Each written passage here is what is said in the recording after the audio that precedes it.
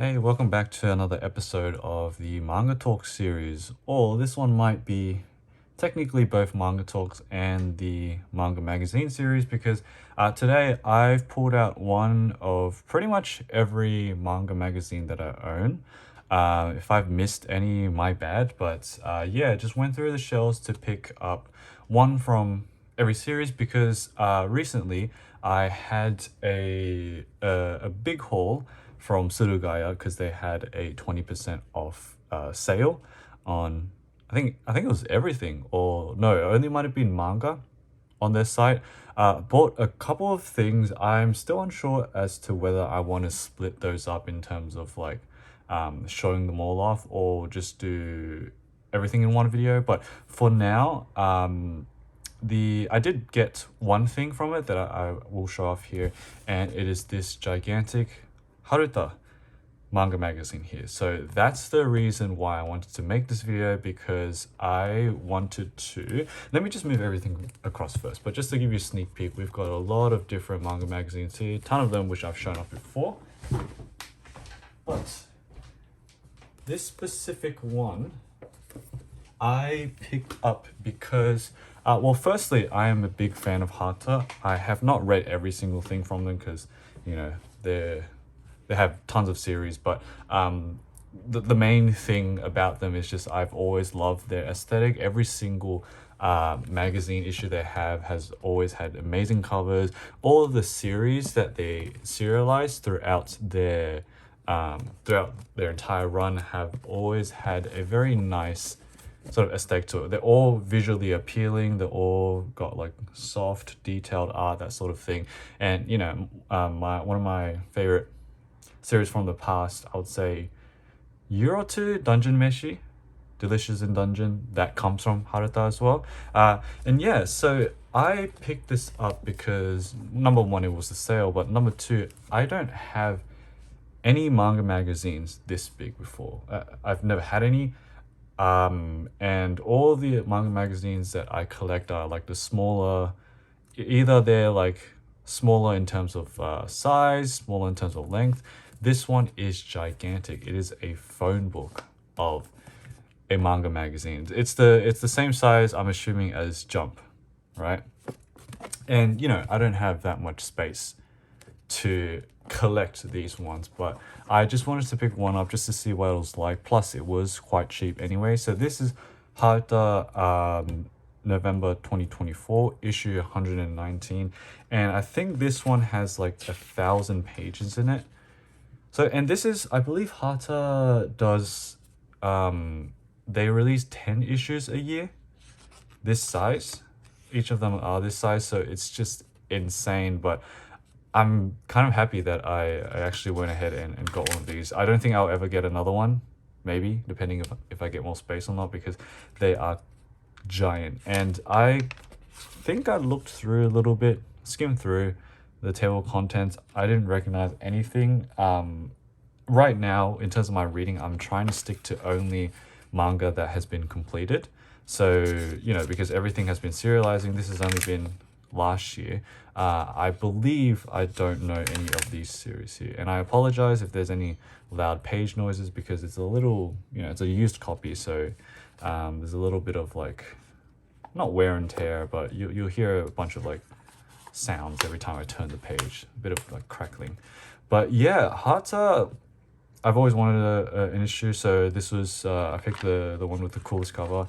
It's got this really nice one. I'm not too sure who the artist is, to be honest, but yeah, today in terms of the episode, I just wanted to focus on manga magazines, and I did previously talk about generally what my experience has been with manga magazines in like my manga journey video quite a while ago. There was like an hour video going through how I got into manga in general. But yeah, this is it's amazing. It's also cool because I have had experience like looking at, for example, some Shonen Jump manga magazines issues in real life, and the print quality on them are not great at all. And this one seems pretty damn good. Like, it's not faded or anything. You can see all the ink. So I guess because Shonen Jump is so popular. All the manga magazines are disposable anyways. The whole thing is that you read it and throw it away. Space is a luxury in Japan, and it makes sense, you know, just throughout the year, collecting a year's worth of issues just from Shonen Jump, for example, will take up so much space on your shelves. So yeah, but I was surprised because I just had the impression that manga magazines were, because they were disposable, they would have pretty crap like quality in terms of their pages and their printing, the ink and all that. But Harta seems to be not that case. Same with Garo as well. Garo is pretty good. Axe is pretty good too. But I just had the impression of like other popular magazines to follow or be the same as Shonen Jump, for example. But yeah, going through Harta, I'm trying to think of like other Harta series off the top of my head. Dungeon Meshi is the main one. I've definitely read other ones. It's just been a while. They do a lot of like slice of life, fantasy, adventure series, that sort of thing. I know on AniList, I follow someone by the name of Orica. Shout out to them. I'm not sure if I've spoken to them before, but they, I believe, have a pretty big Harta collection. Sometimes when I'm like bored, I will go through their list just to see what a Harta series are like they've read, to, you know, give myself an idea of what I want to read and plan to read in the future. So yeah, shout out to them. But it's amazing, like, you know, manga magazines in general, all of them have their own reputation. You know, Shonen Jump is the biggest one with all the action series, all the stuff that gets an anime. Harta in my head is more it's not softer. Well, the art styles can be softer. You have a lot of wholesome slice of life series, but you also have these really cool fantasy series as well. Dungeon Meshi being a big one in recent years for them.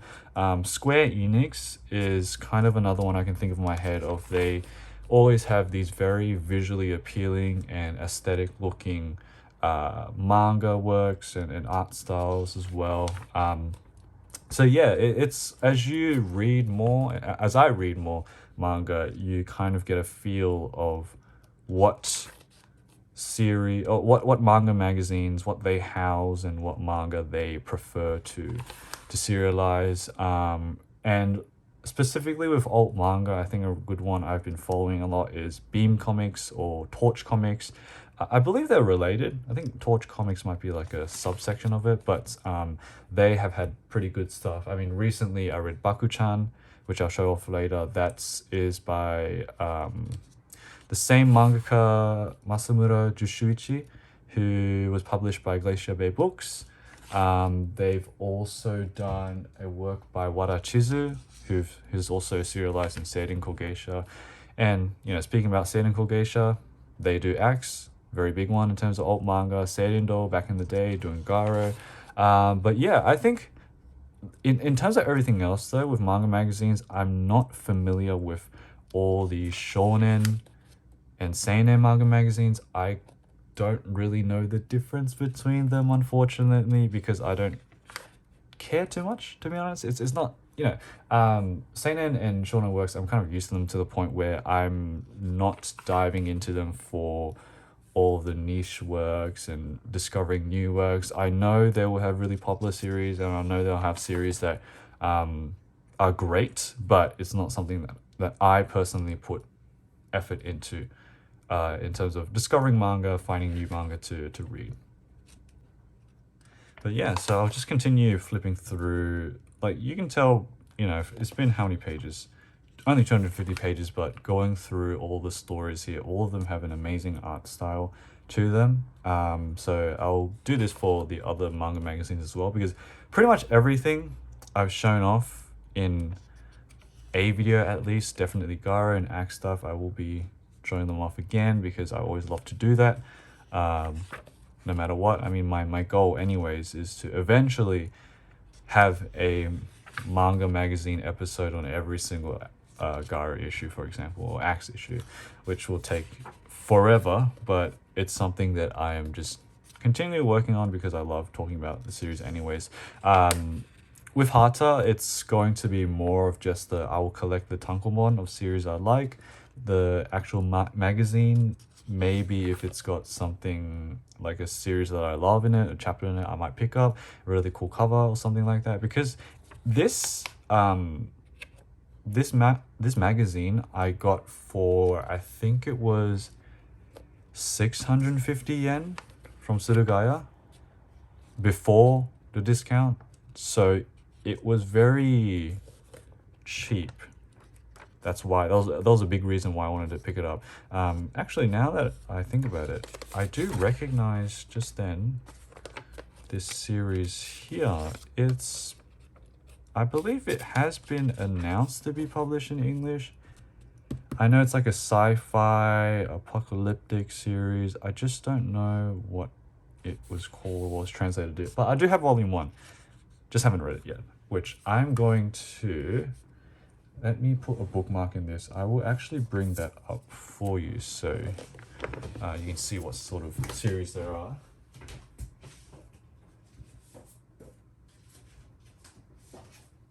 Okay. So here it is. Yeah, that's the right one.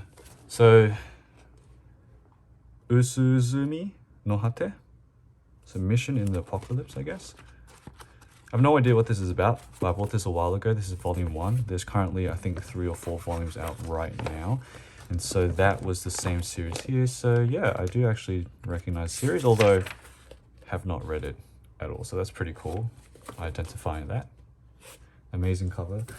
All the Harta stuff is just, oh man, all the cover art, all of them look great. So it's a magazine that I right now am not fully familiar with to the same extent as I am to Garo and Axe and even Beam Comics, but it's something that I definitely want to dive into more into the future. And something cool that they do as well is Harta, I don't know the frequency of it, but occasionally they will release these like extra special booklets or pamphlets with extra stories in it.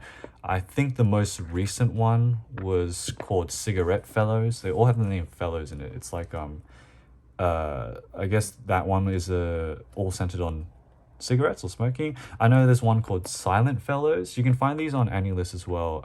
It'll give you the rundown of what manga have contributed to that.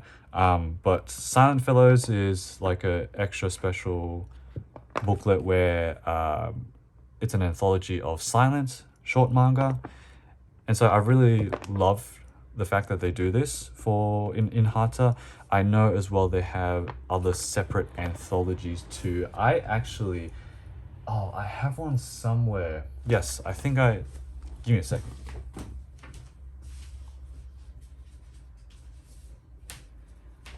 I apologize for always going in and out because when I do these videos, I don't do any plans. So as the topic comes up, I will try to find it.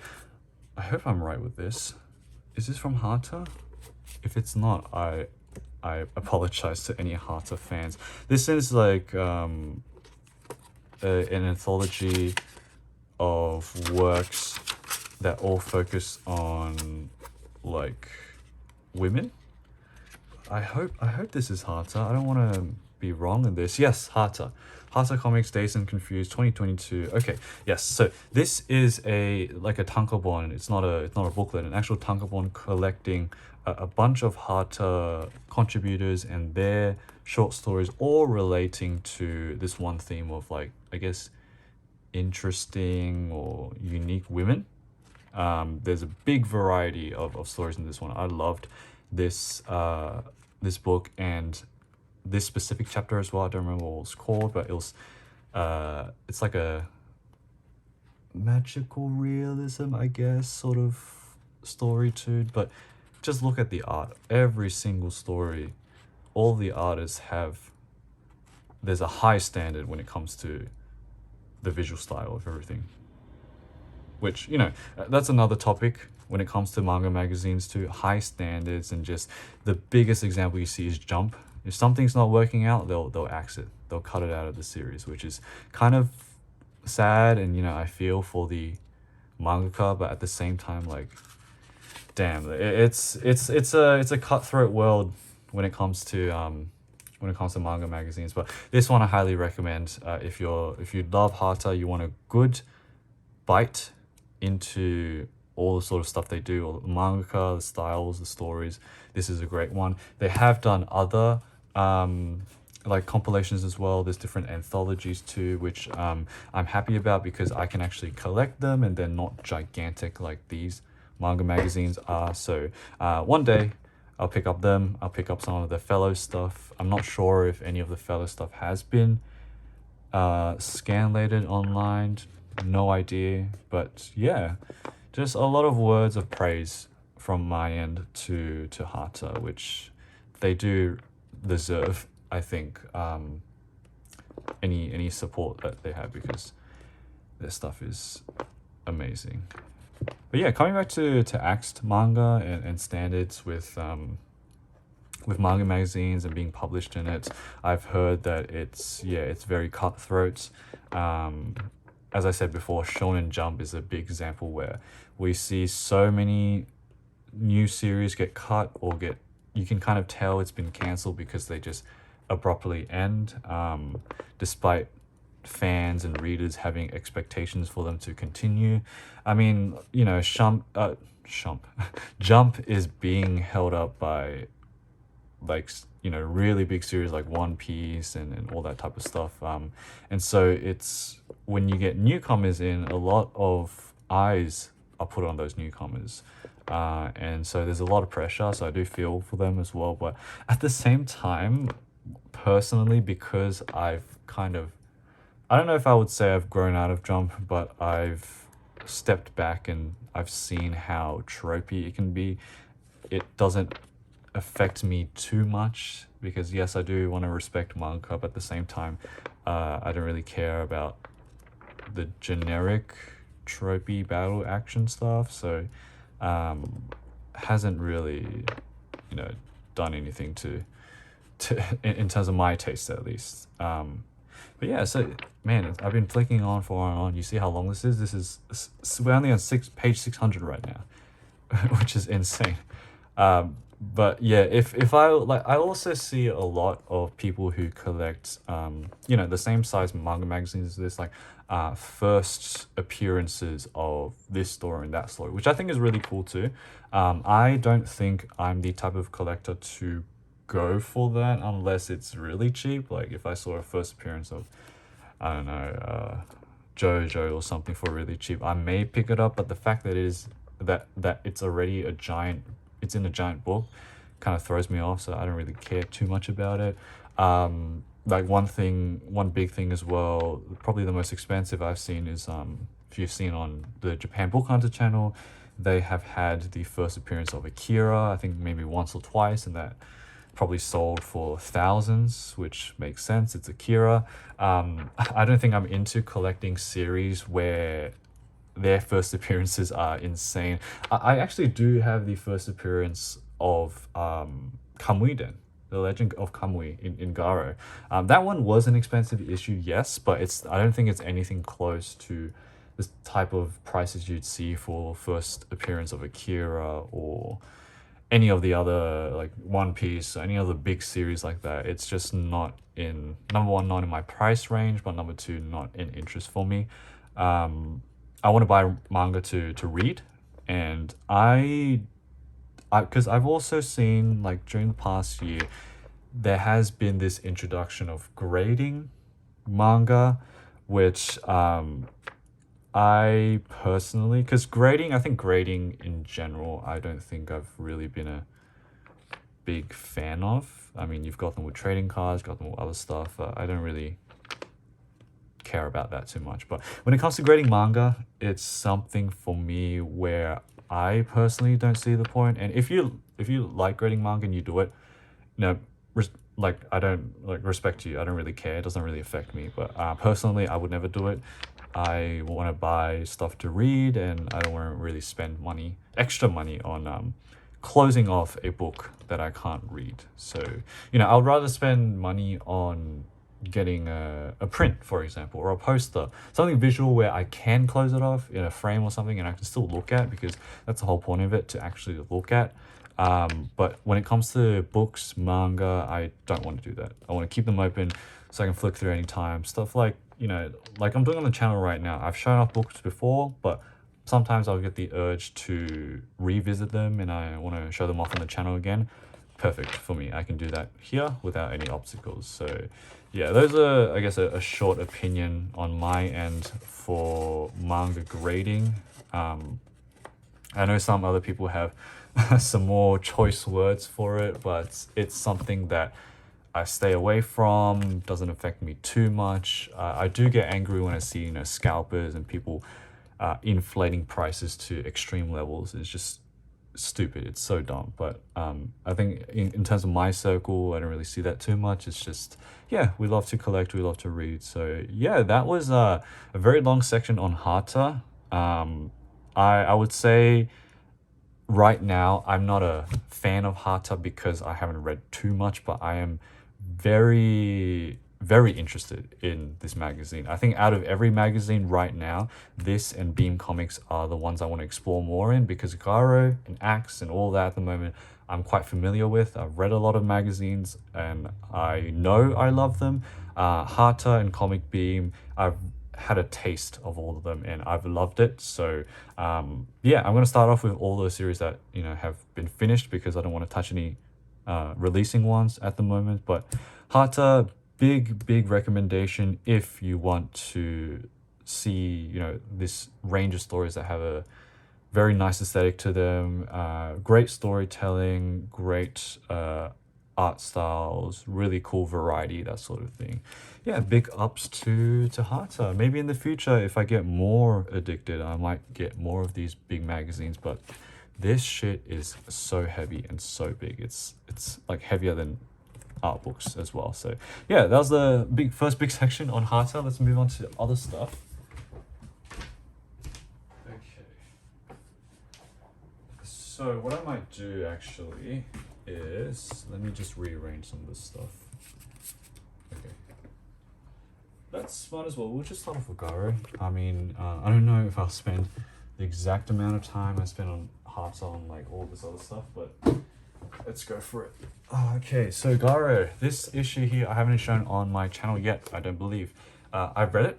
It's been a while, but I kind of do want to save it for a manga magazine episode sometime down the line. The reason why I picked this up was I've noticed that a lot of people say this is their favorite cover, and I love that because it's so cool. It's, I think, the only Mizuki Shigeru cover that he's done for Garo, to my knowledge. He's done a bunch of stories for them, but this is the only cover, and it's so nice. It's simple, it's clean, and you immediately know that it's Mizuki Shigeru. So in terms of stuff that we have here, Mizuki Shigeru, Taketa Yu, Kusunoki Shohei, Susumu Katsumata, Hayashi Seiichi's in here, Hino Hideshi, oh, I forgot he was in here as well. Tsurita Kuniko, Mo Takeda Yu, and another Mizuki Shigeru chapter actually. Yeah, that's all I recognize so far. So I guess I'll just flick through. I'm not going to really explain through the stories and stuff, but I'll continue my talk with manga magazines. From my memory as well, this story by Mizuki is following a specific battle in a war, but I just forgot the details of that.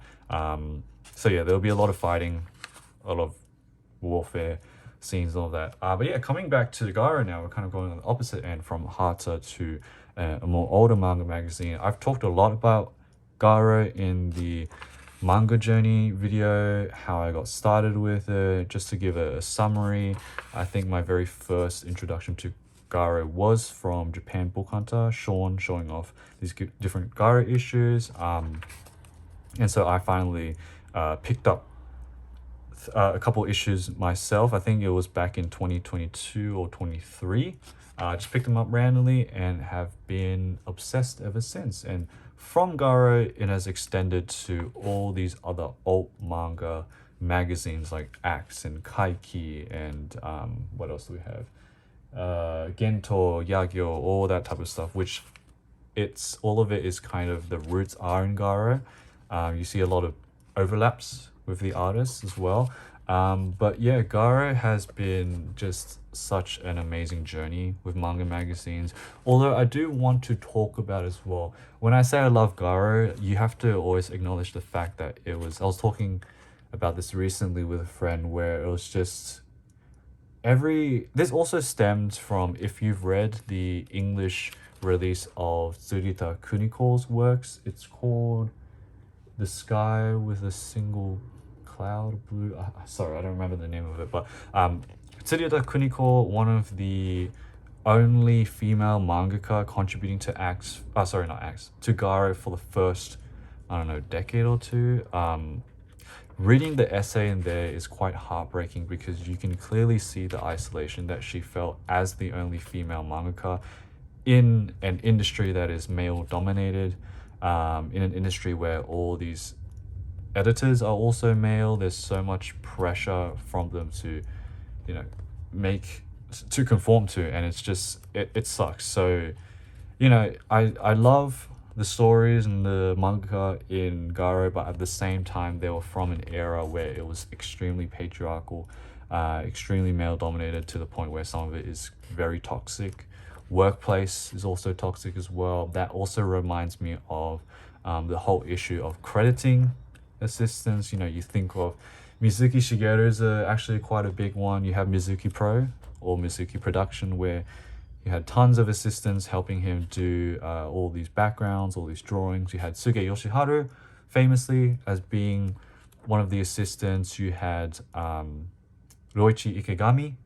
He was on as well. You had a couple of others too. But yeah, the whole issue of not being credited as someone who contributed to the work is just under Mizuki Pro.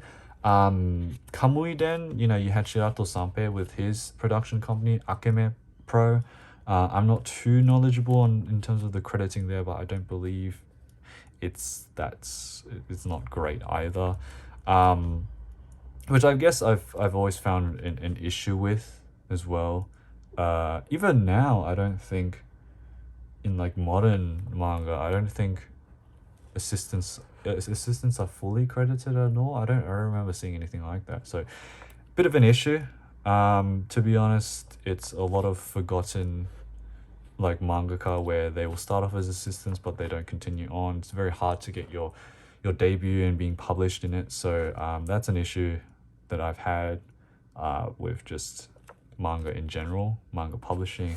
And yeah, so we come to this chapter by Hino Hideshi, Doro Ningyo or Mud Doll. This is a great one too. I believe I've shown this off, but it's following a group of kids who have sort of a range of disabilities and health issues because of this very polluted town.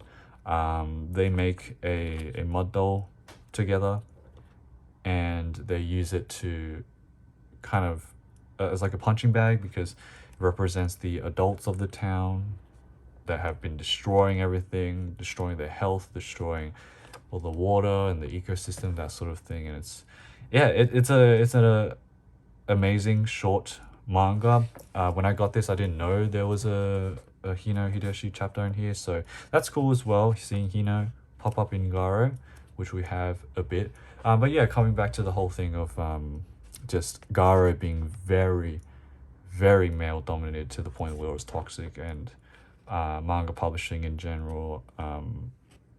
You know, even with, I've heard like with shoujo manga back in the day, you had male editors, not even like female editors, where in a genre that was targeted towards younger girls, it was interesting to say the least of that dynamic there. We've got a chapter here by Mizuki. This is like a Kitaro chapter. But yeah, that's what I wanted to say about Garo. Love it, but you gotta acknowledge its flaws and the toxicity as well of it, because otherwise, you know, are you really a true fan if you go into something with a very narrow field of vision and reject its flaws? But yeah, that's a issue I want to pull up specifically because a lot of people love this cover, and I agree, it's one of my favorite covers too. So yeah, The next magazine, of course, makes sense to go on to next is Axe. This is another cool cover that I love. One of the few that Nishioka Kyodai have done in terms of Axe. So Axe is the spiritual successor to Garo and still continue on to this day. Love it. You'll see a lot of it on my channel if you have followed. But this one specifically is, oh, I should have said as well. Oh, it's kind of on the screen, on the cover page. This is a 1968 May issue. And then we go on to a issue 43. When was this out? Should be at the back, I think. When was this out? I forgot the year. I'll put the year somewhere in the description. But yeah, we've got an issue where we feature some Nishioka Kyodai stuff, one of my favorite artists in general when it comes to, I guess they do a lot of, yeah, horror, eroguro stuff, alt stuff, an amazing duo of artists. If you didn't know, they're not active now, I don't think, but they have Satoshi Nishioka, who is the brother who writes the stories, and you have Chiaki Nishioka, who is the sister and draws everything, and very distinct style. But yeah, going back onto Axe, it's a lot more diverse now, which is amazing. I mean, it's such a big difference. Makes sense. It's been so many years that Axe has been going on since the end of Garo. End of Garo is maybe like, I think 2002. Axe has been going since 2001, I think, till now. So it's a lot more diverse, and you see the same cool part of just having such a variety of works as well. This is Sumeriko Hoshizono, also a female mangaka who does a lot of cool stuff. I've actually might have shown off this, like, Rinko, I think it's like luminescent or phosphorescent. I've shown this off in a previous video some time ago. Still haven't read their works, but it's so cool. So the spiritual successor, at the start of it, you saw a lot of the same mangaka that was serializing Garo pop up here. Right now, the most recent issue, I believe, it is the Newcomer Awards for Axe. They do this every year. On the panel of judges, Hayashi Seiichi is actually a judge, and I think there's 3 in total. The other one might be Minami Shimbo, who was an editor for Garo and also did a lot of the, I think, 80s cover art. And this is cool. I haven't read this issue, but guess who this is from? This is from Umes, Kazuo Umezu, one of the most famous scenes, or like well-known scenes from God's Left Hand, Devil's Right Hand. At the very start, you see these scissors pop out of the sister's eyes, which is absolutely insane. But yeah, that's interesting. I wonder what that interview was about. Oh, this is Akino Kondo. Love their stuff. I've showed off their art book in the past. But yeah, Axe has just been an amazing journey as well. And I also love the fact that they are just a normal tankobon size. A little bit larger, but still nice. So right now I've been holding off on buying Axe because I have so much of it where I need to read them first. I haven't bought all the recent Axe issues, so I think I'm only caught up to just last year's issues, which is fine for me. It's not too much of a priority right now, but yeah, these are cool as well. What are these? Official Kambaji? I don't know what that means. I don't know if I'm reading that right, but they look like badges. But you can recognize some of them. These are Tsuge Yoshiharu stuff, QBB. You've got some Akino Kondo, Nakano Shizuka, Miura Jun. I love that Miura Jun's one is just literally his face on it. And I don't... Oh, I'm sorry, I don't remember the mangaka name, but the mangaka who did Minami's Lover, it's been published in English. I feel like that's the name of it. I always forget names, so I apologize. We've got some Takashi Nemoto, Shirato Sanpe, other cool stuff as well. Yeah, that was Axe 43. let's briefly show off some other related manga magazines as well, because I do want to focus on some other cool ones that haven't showed off. But of course, we have a Yagyo issue and a Gentou issue. Gentou, this one's 16, most recent one, although it's been years. I think it's the yeah, I don't think they've released an issue for years. Let's see if I recognize any of these. I haven't read any. Oh, kind of all summers here, of course. Onchi Midori, yep. Urata Jun as well. Okay. Cool stuff. Let's just do a brief flick through. This is Onchi Midori. I have shown them off beforehand in like a manga haul. Big section with articles, more articles. I think the last one should be, oh actually, damn, a lot of writing. I think I've commented on this before, but Gentou specifically has a lot of these big essay or article sections compared to some other manga magazines. We have here Yagyo as well, another Garo related work where a lot of the contributors overlap. Who do we have? Tsuge Yoshiharu. I think it's a lot of it would be Tsuge Yoshiharu. Let's do a brief flick through of it. Okay, pretty interesting. I have seen their works before, but I don't remember their name specifically.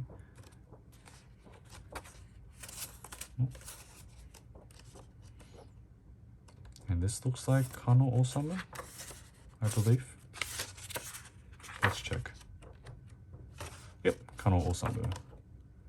Yeah, this is Yagyo number 10, back in 1981, long time ago. So these Gentou and Yagyo are Garo adjacent or Garo related issues because magazines, sorry, because they were formed from like different people who were related to Garo, like they made their own separate company that published these works with similar contributors as well. So yeah, I've already talked a lot about the two here, but let me move everything out and we will go on to the next section as well. Well, actually beforehand, we'll talk about a kind of another Garo adjacent.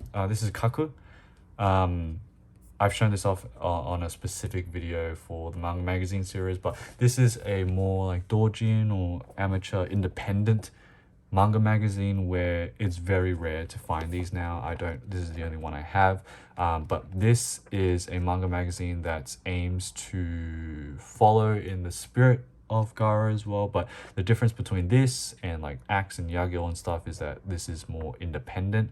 One of the big names we have in here is Kawakatsu Tokushige. They have released, they have a work in English, Gleolio 1, no, 3, Gleolio 3. We've got Junichiro Saito in here who did Chofu as well. So yeah, if you want to see a video explaining all the stories in here, go to my manga magazine series. I've done a specific episode for that as well. So yeah, I'll be right back. Just gotta move everything across.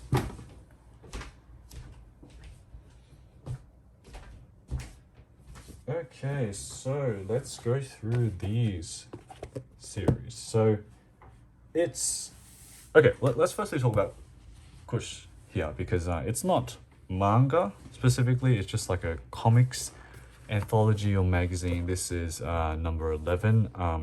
Got a bunch of them. Shout out to Bad Teeth Comics for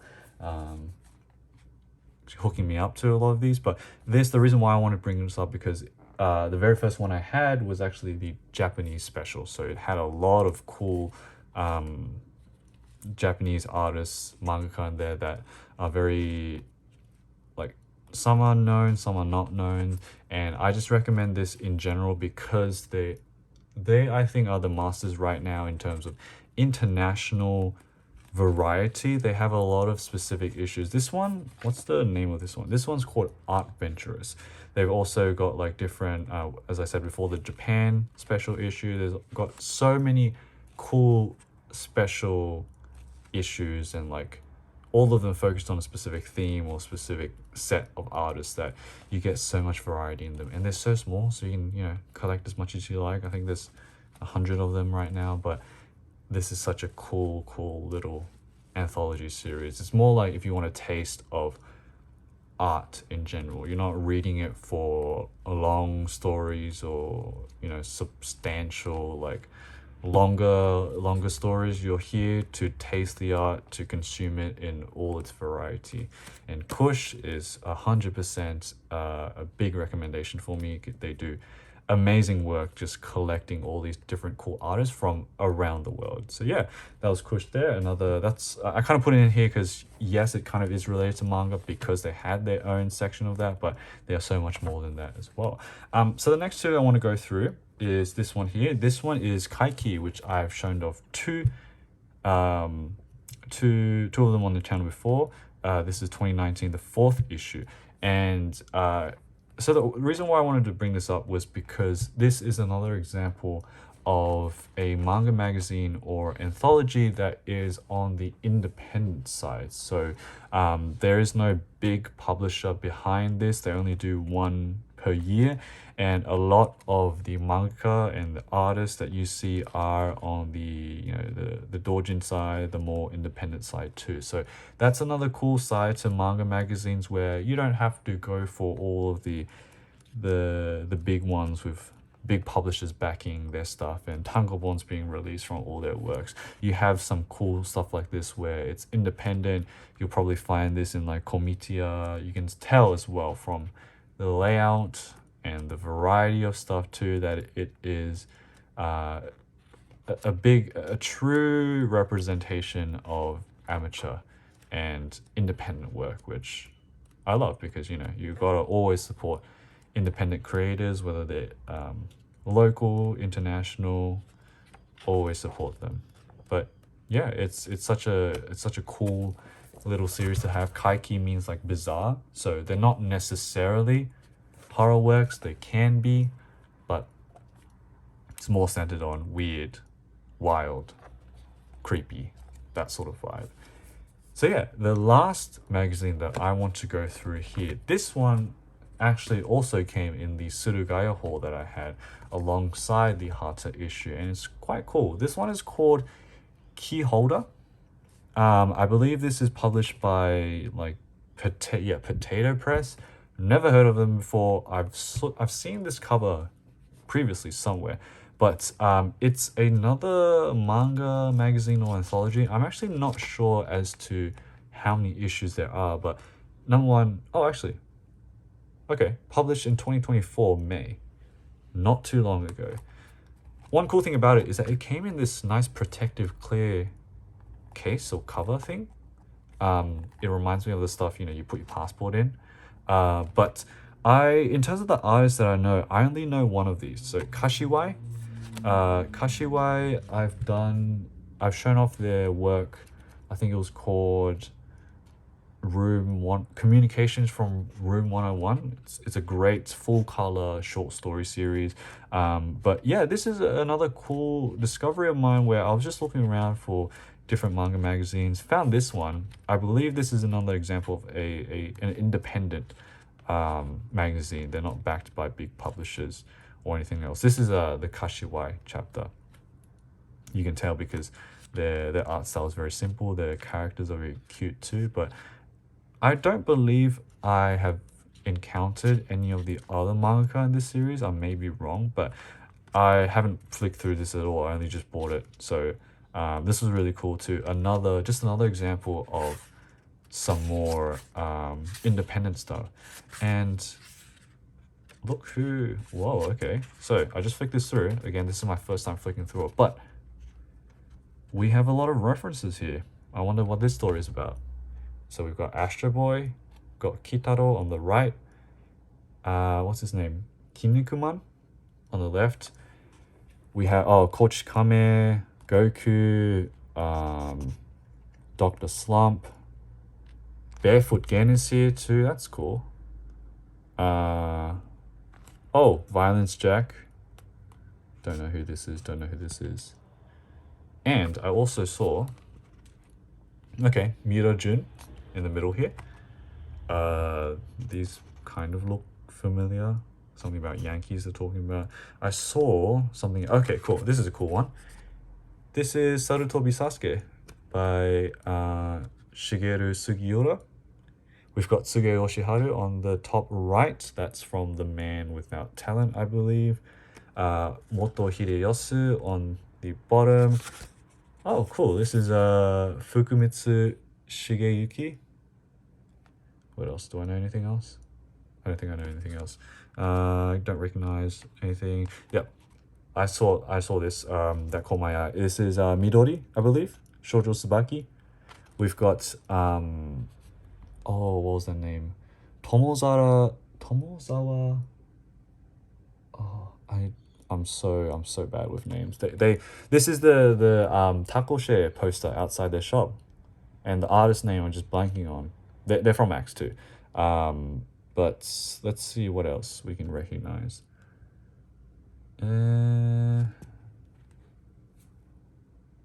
Nothing else that I can see. I'm not reading any of the text or anything. I'm just going straight off visuals. But here we've got a little cool section with some of these eyes. So Kitaro, Astro Boy, Goku, all of that type of stuff. So I wonder what this is about. Seems to be more like an article or non-fiction thing rather than a manga. So yeah, this is a really cool discovery.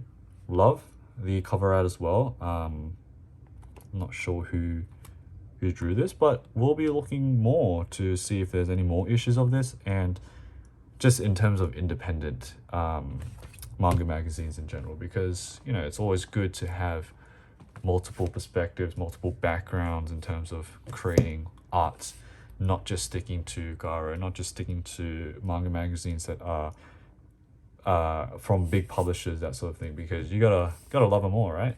But yeah, so that was, I think, I would say, today's video.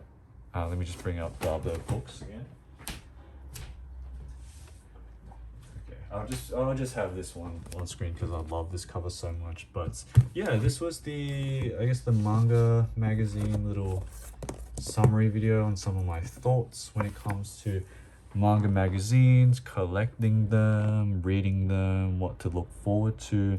I hope this video has given you guys some recommendations. A lot of them I have shown off on the channel before, but I think I just wanted to have like a separate one talking about the manga magazines on top of the usual showcases that I do for the manga magazine series that I have. So yeah, hope you guys have enjoyed this one. We'll see you in the next one.